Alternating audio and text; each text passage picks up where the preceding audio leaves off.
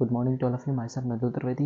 Now we will discuss about polity. In this video, we will discuss about doctrine of res judice, doctrine of res judicata, और हम देखेंगे इस video में about supreme court and high court कि high court के पास कौन कौन से राइट होते हैं in the case of writs, और सुप्रीम कोर्ट के पास कौन कौन से राइट्स होते हैं रिट्स को लेकर के।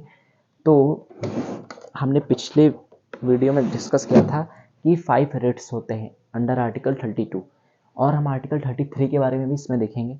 तो हमने अंडर आर्टिकल 32 समझा था कि कुछ रिट्स होते हैं, जैसे कि 5 रिट्स मैंने बताया था, हैबियस कॉर्पस, क्यो वारंटो, मेंडामस, फिर प्रोहिबिशन और सर्शियोरारी। तो हमने देखे थे पांचों रिट्स के बारे में। तो अंडर आर्टिकल 32 हमने डिस्कस किया था, जो हमने पहला, मैं यहीं पे रिवीजन करवा रहा हूँ कि अंडर आर्टिकल 32 हमने देखा था 32 आर्टिकल का मतलब होता है right to constitutional remedies, right to constitutional remedies. तो राइट टू कॉन्स्टिट्यूशनल रेमेडीज के बारे में हमने डिस्कस किया था।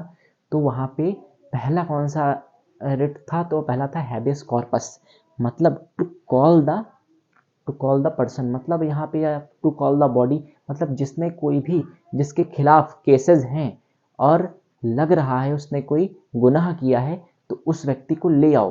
कौन कहेगा? कोर्ट। तो यहाँ पे ये बात है कि उस व्यक्ति को अपनी सफाई देने का अधिकार मिल रहा है अंडर हैबियस कॉर्पस, ये रिट के जरिए। फिर एक हमने डिस्कस किया था किसके बारे में? Quo warranto. तो क्यू वारंटो में हमने देखा था कि ऐसा कोई व्यक्ति है, कोई ऐसा व्यक्ति है जिसका क्या हो रहा है, तो वो बैठा हुआ है एज ऑफिसर, लेकिन उसके पास प्रॉपर क्या नहीं है? एजुकेशन नहीं है, मतलब उस जो सीट पे वो है उस सीट को वो डिजर्व नहीं करता है, उसके पास प्रॉपर क्वालिफिकेशंस नहीं है। फिर मेंडामस के बारे में हमने डिस्कस किया था। तो मेंडामस के बारे में हमने देखा था कि प्रॉपरली मेंडामस में ये होता है कि जैसे कोई व्यक्ति है तो वो बैठा हुआ है अपनी सीट पे, लेकिन वो अपनी ड्यूटी को परफॉर्म नहीं कर रहा है, तो क्या होगा? जो पीड़ित व्यक्ति है, जिसके साथ, जिसने कोई, मतलब उसको कोई काम करवाना है मान लिया डीएम के थ्रू, और उसकी अगर वो ड्यूटी है तो उसने अगर उस काम को नहीं किया तो क्या होगा? तो उसके खिलाफ हम मेंडामस ये सारे रिट्स को क्या कर सकते हैं? फाइल कर सकते हैं। तो यहाँ पे मेंडामस का मीन्स ये है कि उसने अपनी ड्यूटी को परफॉर्म नहीं किया, किसने? पब्लिक सर्वेंट ने। तो क्या होगा? हम उसके लिए मेंडामस फाइल कर सकते हैं, लेकिन कौन फाइल करेगा? जो पीड़ित व्यक्ति है, जिसके साथ वो घटना हुई है वो। और फिर हमने देखा था प्रोहिबिशन। तो प्रोहिबिशन में हमने देखा था कि प्रोहिबिशन में ये होता है कि अगर मान लिया सुप्रीम कोर्ट या हाई कोर्ट चाहती है कि इस जजमेंट पे अब और कोई बवाल ना हो, और इस जजमेंट, जो ये केस आया है कोई भी, उस पे मान लिया सुप्रीम कोर्ट या हाई कोर्ट ने जजमेंट लिया है और चाहती है कि वो लोअर कोर्ट्स अब इसमें इंटरफेयर ना करे, क्योंकि अगर वो इंटरफेयर करेंगे तो कुछ बात बिगड़ सकती है, कोई जजमेंट हो सकता है सही ना आ पाए। तो फिर क्या होगा? जो सुप्रीम कोर्ट होगी या हाई कोर्ट होगी, मतलब स्टैंडर्ड या हायर कोर्ट क्या करेगी? लोअर कोर्ट्स के लिए सुप्रीम कोर्ट, हाई कोर्ट और लोअर कोर्ट डिस्ट्रिक्ट कोर्ट्स के लिए भी कर सकते हैं, जिसको हम कोऑर्डिनेट कोर्ट कहते हैं। तो जो हायर कोर्ट्स होंगी क्या करेंगी लोअर कोर्ट्स के लिए, यानी सुप्रीम कोर्ट और हाई कोर्ट क्या करेंगी कि वहाँ पे प्रोहिबिशन लगा देंगी, मतलब लोअर कोर्ट्स अब उसमें जजमेंट नहीं दे सकती। अब सर्शियोरारी के बारे में हमने डिस्कशन किया था। तो सर्शियोरारी में मतलब अगर कोई भी प्रिंसिपल ऑफ नेचुरल जस्टिस के खिलाफ अगेंस्ट अगर जजमेंट देती है लोअर कोर्ट, तो सुप्रीम कोर्ट या हाई कोर्ट क्या करेगी? उसको नलिफाई कर देगी, मतलब उसको पूरी तरह से हटा देगी उस जजमेंट को। ये हमने देखा था कि 5 रिट्स कौन कौन से थे। अब हम बात करेंगे आर्टिकल 33 के बारे में, और कुछ और भी बातें हाँ हम करेंगे कि जैसे सुप्रीम कोर्ट है, अब हम इसमें देखते हैं कि ये पार्ट 83 है इंडियन पॉलिटी का। तो सुप्रीम कोर्ट क्या कर सकती है? Supreme court can issue 5 writs, मतलब वही 5 writs, habeas corpus, quo warranto, mandamus और सर्शियोरारी, और कौन सा था? प्रोहिबिशन। तो मतलब 5 रिट्स जो है ये लागू कर सकती है, इशू कर सकती है कौन? Supreme court. लेकिन यहाँ पे हाई कोर्ट जो है वो इशू क्या कर सकती है? 5 रिट्स प्लस लीगल मैटर्स, मतलब लीगल मैटर्स, मतलब जैसे कहीं पे ऐसा जजमेंट है, जैसे राइट टू वर्क, बहुत सारी लीगल मैटर के लिए मैंने यहाँ पे एग्जांपल भी लिखा है, देखेंगे हम। तो जैसे लीगल मैटर के लिए मैंने यहाँ पे एग्जांपल दे रखा है, यहाँ पे एग्जाम्पल दे रखा है मैंने लीगल मैटर के लिए। तो वो कौन सा एग्जाम्पल है लीगल मैटर के लिए? तो हम देखेंगे एक केस आया था बंधवा मुक्ति केस। तो इसमें क्या हुआ था इसी में ये बात कही गई थी कि जो हाई कोर्ट है वो इशू कर सकती है लीगल मैटर्स में कोई भी जजमेंट। तो उसमें क्या हुआ था, लीगल मैटर्स मतलब बहुत सारे ऐसे मैटर्स आते हैं जो मतलब मान लिया इंडिविजुअल है उस स्टेट के लिए सही है, सुप्रीम कोर्ट की उसमें जरूरत खास नहीं है। तो यहाँ पे 5 रिट्स किसके लिए रखे, सुप्रीम कोर्ट के लिए रखे कि यहाँ पे ये फाइल करे जा सकते हैं। और वैसे भी जब सुप्रीम कोर्ट में मामला गया तो इसका मतलब केस बहुत बड़े लेवल पे हो रहा था। लेकिन अगर कोई छोटा सा मैटर है, लीगल मैटर है, मतलब उसमें कोई ऐसा जजमेंट चाहिए जो कि हाई कोर्ट से सॉल्व हो सकता है, तो वहाँ पे लीगल मैटर्स जो है उनको कौन सॉल्व करेगा, हाई कोर्ट। हाँ, जब डिस्ट्रिक्ट कोर्ट सॉल्व नहीं कर पाएगी तो बंधवा मुक्ति केस आया। तो इसमें क्या हुआ था, इसी में ये बात कही गई थी कि it was held that high court can issue writs in legal matters to enforce of legal right मतलब यहाँ पे है, एग्जाम्पल हम देखेंगे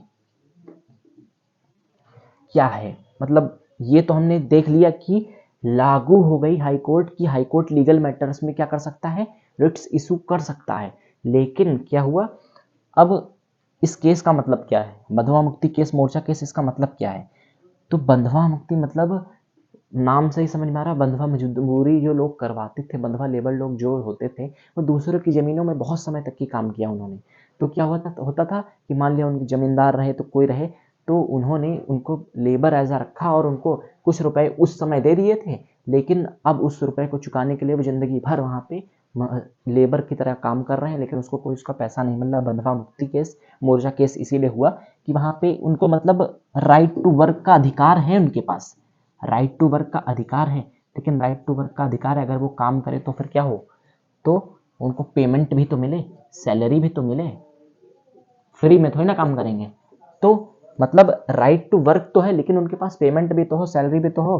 तो क्या है यहाँ पे, तो इसका मतलब है यहाँ पे कि जो लेबर्स हैं तो उनके पास अगर राइट टू वर्क काम करने का अधिकार है तो पेमेंट का भी तो अधिकार होना चाहिए, सैलरी भी तो मिले। तो इसीलिए यहाँ पे ये मतलब क्योंकि लीगल मैटर था, ये मान लिया हर जगह ये कंडीशन एग्जिस्ट नहीं कर रही होगी। क्यों, जैसे अगर हम सुप्रीम कोर्ट की बात करें तो सुप्रीम कोर्ट नेशनल कोर्ट है पूरे ऑल ओवर इंडिया की। तो अगर यूपी में ऐसी कोई कंडीशन हो रही है तो ऐसे केसेस में अगर चाहे तो हाई कोर्ट जजमेंट दे सकती है। तो ये एक लीगल मैटर है, तो लीगल मैटर यहाँ पे हाई कोर्ट मदद कर सकती है। तो यहाँ पे वो लिखे उन्होंने कहा था कोर्ट ने कि राइट टू वर्क अधिकार है बंधवा जो लेबर्स हैं उनके सबके पास। तो ये बंधवा मुक्ति मोर्चा केस जो है, तो जो लेबर्स हैं उनको बंधवा मजदूरी ऐसी चीज़ें नहीं होनी चाहिए, उनको अगर कहीं भी वो वर्क करेंगे तो उनके पास पूरा अधिकार है कि उनको पेमेंट भी मिले। तो ये लीगल मैटर में हाई कोर्ट ने क्या किया, जजमेंट दिया।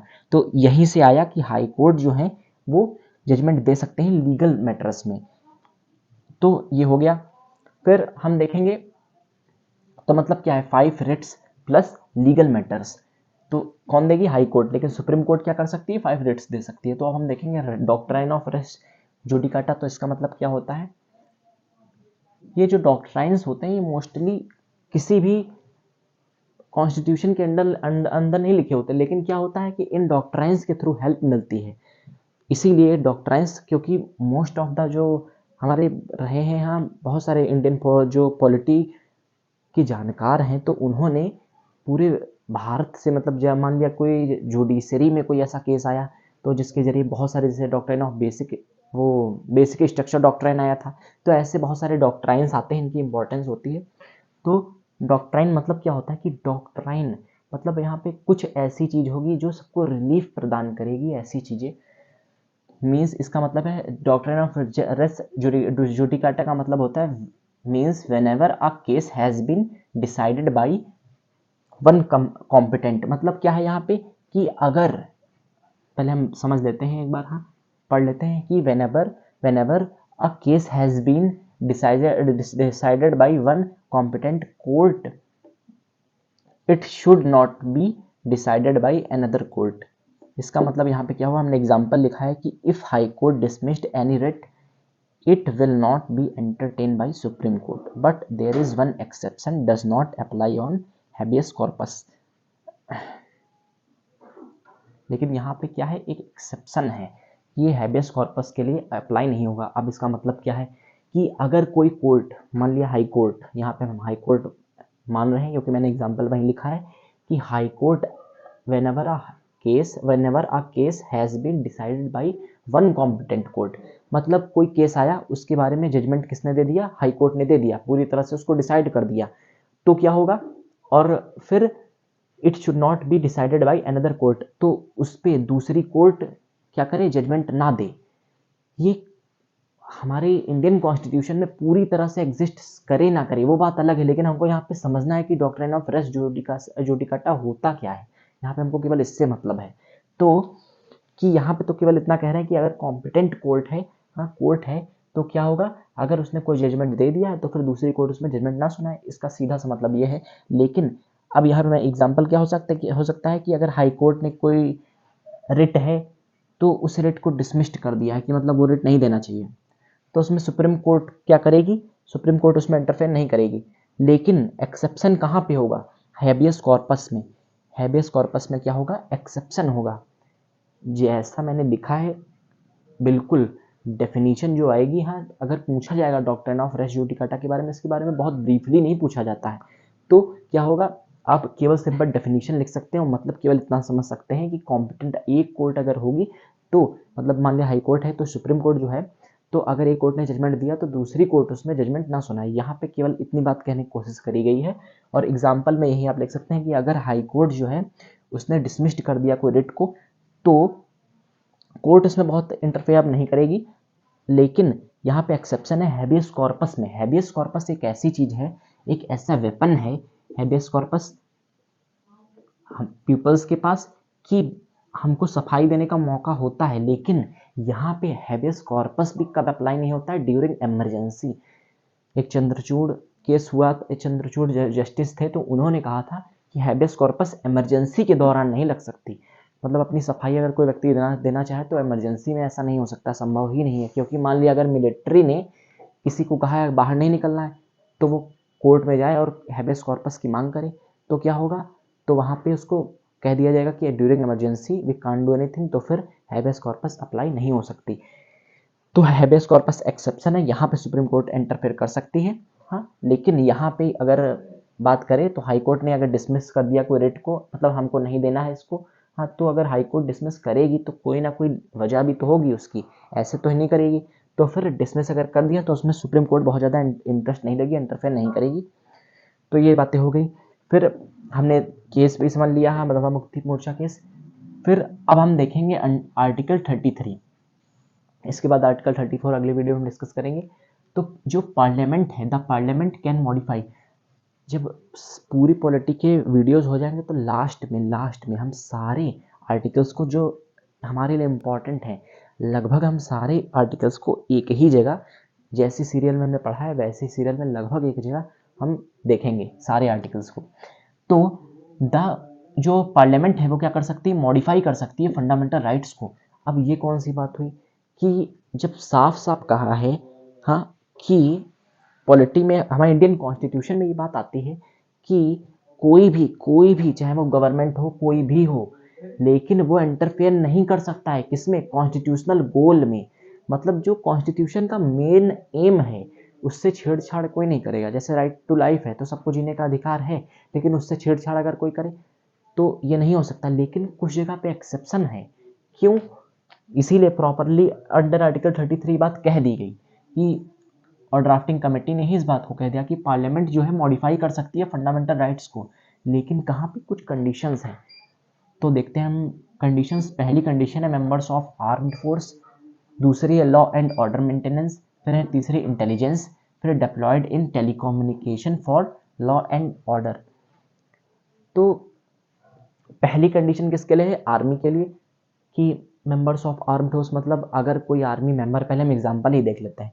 अगर यहाँ पे कोई मेंबर है आर्मी का और वो दावा करे, आर्मी का कोई मेंबर है और वो दावा करे कि हमको आर्मी में नहीं जाना, पहले मतलब उसका आर्मी में हो जाता है सिलेक्शन, फिर वो दावा करे हम आर्मी में जाएंगे लेकिन वहाँ एज अ ऑफिसर बैठेंगे, हाँ हमको हमारे पास जीने का पूरा अधिकार है, तो हम बॉर्डर पे खड़े नहीं होंगे। हाँ, तो क्या होगा? जो आर्टिकल 21, क्योंकि और वो फिर वो कहे कि अंडर आर्टिकल 21 हमारे पास राइट है, राइट टू लाइफ, इसीलिए हम आर्मी में जाएंगे तो वहाँ पे काम तो करेंगे लेकिन बॉर्डर पे नहीं जाएंगे। क्यों? हमारे पास राइट है, राइट टू लाइफ, तो हमारे देश की रक्षा कौन करेगा? तो इन सारी चीज़ों के लिए ये राइट्स रखे गए हैं मेंबर्स ऑफ आर्म्ड फोर्सेस के लिए। तो ये हम एग्जांपल में लिख सकते हैं। फिर लॉ एंड ऑर्डर, तो लॉ एंड ऑर्डर में भी पार्लियामेंट जो है मॉडिफाई थोड़ा बहुत कर सकती है फंडामेंटल राइट्स को जब ऐसी कोई सिचुएशन हो। फिर इंटेलिजेंस, मतलब बहुत सारी इंटेलिजेंस होती है, कमिटीज़ होती हैं, तो वो सब अगर बैठाई जाएंगी हाँ पार्लियामेंट के द्वारा, तो फिर ऐसी कंडीशन में हो सकता है फंडामेंटल में मॉडिफाई। मोस्टली हमको केवल मेन कंडीशन देखनी है कि कौन कौन सी कंडीशन है बस। फिर deployed in telecommunication for law and order, मतलब लॉ एंड ऑर्डर में अगर कुछ टेलीकम्युनिकेशन, मतलब यहाँ पे मान लिया नेट बंद करना है हाँ, तो फिर क्या है, अगर कुछ भी लॉ एंड ऑर्डर बिगड़ने वाली स्थिति है तो नेट बंद करना है। लेकिन अब राइट टू इंटरनेट हमारा फंडामेंटल राइट धीरे धीरे बनता जा रहा है, तो क्या होगा, क्यों बन रहा है, क्योंकि राइट टू इन्फॉर्मेशन हमारे पास राइट है इसीलिए। तो और इन्फॉर्मेशन मिल किसके थ्रू रही है, इंटरनेट के, तो इसलिए टेलीकम्युनिकेशन इसको बंद करने की बात आती है या कुछ इसको कंट्रोल करने की बात आती है लॉ एंड ऑर्डर को कंट्रोल करने के लिए, तो यहाँ पे हम क्वेश्चन नहीं कर सकते क्योंकि पार्लियामेंट के पास अंडर आर्टिकल 33 राइट है कि parliament can modify fundamental rights. तो ये सारी हमने कंडीशन देखी। अब हम वेरियस केसेस को देखेंगे धीरे धीरे, फिर हम इसके अगले वीडियो में हम फर्स्टली डिस्कस करेंगे आर्टिकल 34 के बारे में। Now we will discuss. तो so please take a screenshot. Thank you.